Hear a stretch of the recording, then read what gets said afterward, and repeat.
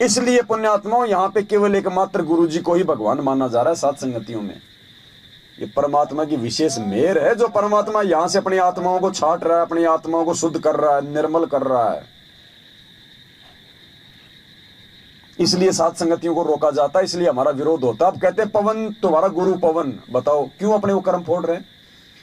अरे ये दो बातें तो कोई भी बोल दो आके, और ये बातें अगर मैं आपका अगर गुरु भाई अगर आपको बोल रहा हूं, समझा रहा हूं, तो इसमें दिक्कत क्या हो गई?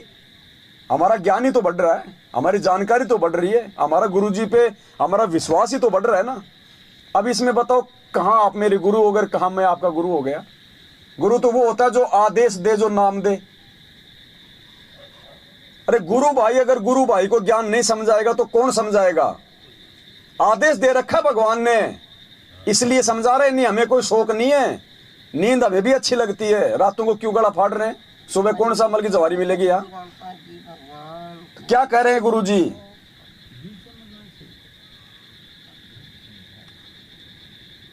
पुण्यात्माओं ये सब कुछ परमात्मा के आदेश अनुसार हो रहा है। सुनो क्या कह रहे हैं गुरु जी। एक पॉइंट में बहुत गहराई सोच रहा है। अब पुण्यात्माओं एक पॉइंट में बहुत गहराई सोच रहा है। अब कोई भक्त ज्ञान सुना रहा है, बहुत अच्छी बात है, उसके द्वारा सुने ज्ञान पर अमल करे और उससे कहे भाई मुझे भी गुरुदेव के पास ले चलो, मेरा कल्याण करा दो। और आपने नाम ले रखा है और फिर कोई चर्चा चलती है, ऐसी कोई बात नहीं, फिर भी सुनो।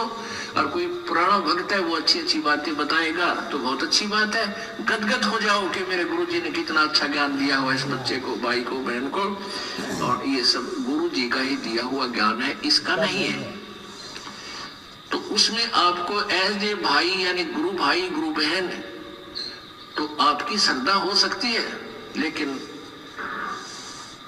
अन्य दृष्टिकोण से, क्योंकि हम फिर उस पर इतना आसक्त हो जाते हैं, उसको फिर प्रणाम करने लग जाते हैं, बड़ा अच्छा भगत से। तो ऐसे ये बीमारी हमारे भगत समाज में पड़ी रही और इसका लाभ ये काल उठा गया।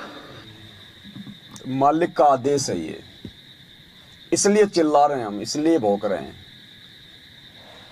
गुरु जी कहते हैं मर्यादा वहां खंड होती है जब आप उसको ही दंडोत करने लग जाओ, उसको ही आप अपना गुरु बना लो, वहां मर्यादा खंडित होती है। अब सबको पता है कि मां के पेट से हम ये ज्ञान सीख के नहीं आए। किसने दिया ज्ञान हमें? सामने कौन बैठे हैं? भोग किसको लगाया? यहाँ महिमा किसकी हो रही है? तो मैं कहां से गुरु बन गया फिर? तो ये केवल हमारे को आत्मिक रूप से कमजोर करने के लिए काल भगवान का षड्यंत्र, हमारे को ये डराने के लिए। अरे हम गोबर थोड़ी खाते हैं जो गुरुजी से नाम लेकर हम पवन को अपना गुरु बना लेंगे। और पवन को कोई नरक में थोड़ी जाना है। जब भगवान ने इतना ज्ञान दे दिया उसके बाद मैं गधा ये गलती करूंगा क्या? मुझे तो अपने आत्म कल्याण की चिंता है, लेकिन मेरी ये मजबूरी है। कल को गुरुजी आएंगे कहेंगे गधे जब तुझे सच्चाई का पता था, मैंने तेरा थोड़ा सा बुद्धि का वॉल्यूम खोल दिया था, तूने अपने भाई बहनों को क्यों नहीं समझाया जब काल उनकी मर्यादा तोड़वा रहा था?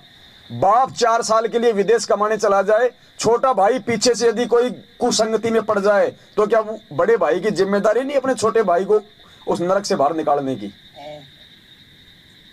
और अगर नहीं निकाला और बाप 4 साल बाद आएगा तो वो किसको डांटेगा? बड़े वाले को डांटेगा, रामखोर फिर तेरी जिम्मेदारी क्या थी? तो मैं तो डरता हूं कि कल को गुरुजी आए तो मेरी गर्दन नीचे ना हो जाए शर्म के मारे कि मैंने कुछ किया नहीं, मुझे सच्चाई का मालूम होते सहते। और ना मुझे कौन सी पेंशन मिल रही है संगत से, पैसा भी उन्हीं को दे रहे हैं लोग, और गालियां हमारे को सुनने को मिल रही, पिटाई हमारी हो रही है। तो भाई ये लक्षण होते हैं गुरु देशद्रोही और चेला गुरुद्रोही।